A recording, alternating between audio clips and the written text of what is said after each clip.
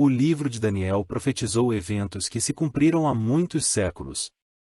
E revela uma história da região, escrita com antecipação, da época de Daniel até o retorno de Jesus Cristo.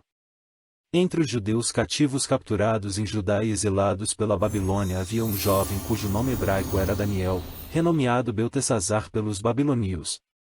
Daniel viveu nos tempos marcantes da queda de ambos os reinos de Judá e Babilônia. Ele serviu como um alto funcionário, tanto no governo da Babilônia como no Império Medo-Persa, seu sucessor. As profecias de Daniel fornecem a prova da precisão da Bíblia. Muitas de suas profecias são tão detalhadas e específicas que há muito tempo têm confundido os críticos da Bíblia. Há céticos que alegam que o livro não foi escrito no sexto século a.C. e sim por um autor anônimo em 160 a.C. A história de hoje é sobre a profecia dos 4 reinos de Daniel. No segundo ano do seu reinado, o rei da Babilônia teve um sonho perturbador que nenhum dos seus conselheiros conseguiram explicar. Naquela época a cultura babilônica estabeleceu-se com grande ênfase sobre os sonhos, e Nabucodonosor estava convencido de que este era de grande importância. O sonho do rei apresenta a sucessão pré-ordenada das potências mundiais que dominariam o Oriente Médio até a vitória final do Messias, nos últimos dias. E sem o conhecimento prévio de seu conteúdo, Daniel explicou os detalhes do sonho a Nabucodonosor. Tu, ó rei, estavas vendo, e eis aqui uma grande estátua. Essa estátua, que era grande, e cujo esplendor era excelente, estava em pé diante de ti, e a sua vista era terrível.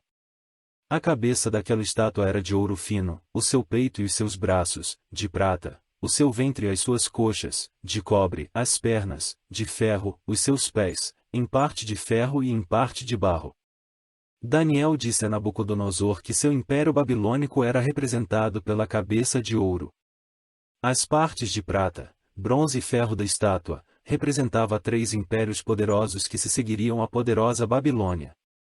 Esta interpretação de Daniel transmite uma previsão surpreendente da história. O sonho de Nabucodonosor aconteceu e foi interpretado por Daniel cerca do ano 600 a.C. A imagem representava, de forma simbólica, a sequência de 3 grandes impérios que dominariam dali para frente o cenário político da região durante séculos. O Império de Ouro era o próprio Império Babilônico. O Império de Prata foi o Medo-Persa, que começou com Ciro, e conquistou a Babilônia em 539 a.C. O Império de Bronze foi o Império Greco-Macedônio estabelecido por Alexandre, o Grande. O Reino de Bronze durou cerca de 260 ou 300 anos até ser suplantado pelo Quarto Reino. O versículo 3 nos introduz a ascensão de Alexandre, o Grande. A linguagem no versículo seguinte sugere claramente que este poderoso conquistador teria um reinado relativamente curto. Em 7 ou 8 anos, ele realizou a conquista militar mais brilhante na história da humanidade. Mas ele só viveu mais 4 anos, e morreu, acredita-se que por malária, ou envenenamento ou mesmo por síndrome de Guillain-Barré. O reino de Alexandre foi dividido entre os 4 impérios menores e mais fracos. O filho infante de Alexandre e um irmão ilegítimo tinham sido assassinados.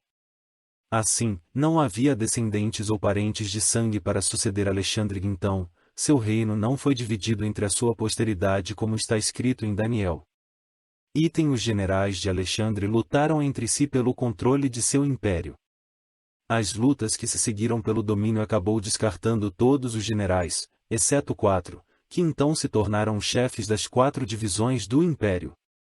Os 4 foram Cassandro, que reinou na Grécia e no Ocidente, Lisímaco na Trácia e Ásia Menor, Ptolomeu no Egito e Seleuco na Síria. Destes 4, só 2, Ptolomeu e Seleuco, é que expandiram o seu domínio e o território. Estes foram os reis do Egito e da Síria, respectivamente.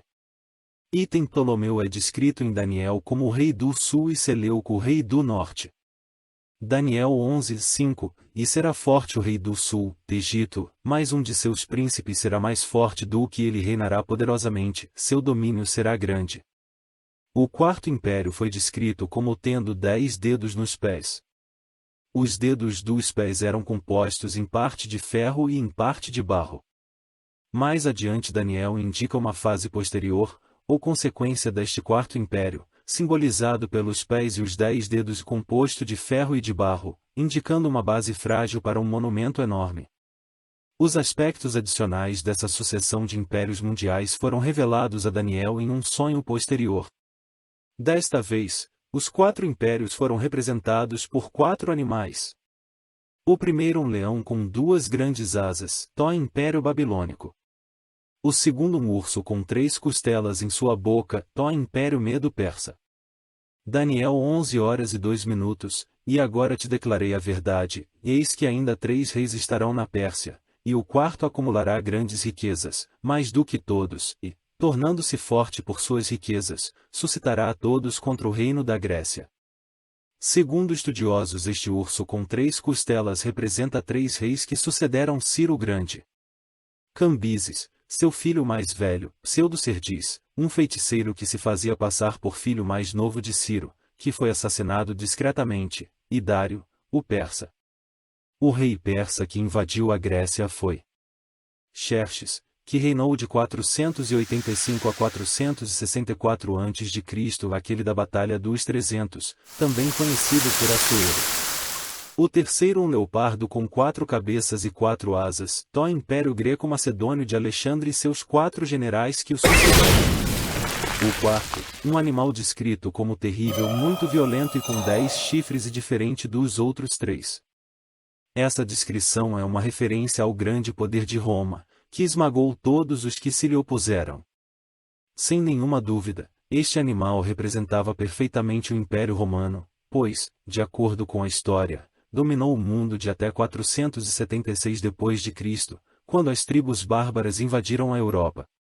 O versículo 8 de Daniel 7 informa sobre os 10 chifres, estando eu a observar os chifres, eis que entre eles subiu outro pequeno, diante do qual 3 dos primeiros chifres foram arrancados. Esses chifres simbolizavam os fragmentos deste potente reino, depois de sua derrota em 476 d.C., pelas tribos bárbaras, a saber, hunos, francos, burgúndios, anglo-saxões, visigodos, suevos, lombardos, vândalos, érulos e ostrogodos. Mais adiante no capítulo, é possível compreender que o chifre pequeno exalta-se a si mesmo à posição de um líder religioso internacionalmente poderoso e até que comandará um falso sistema religioso que persegue os verdadeiros discípulos de Deus.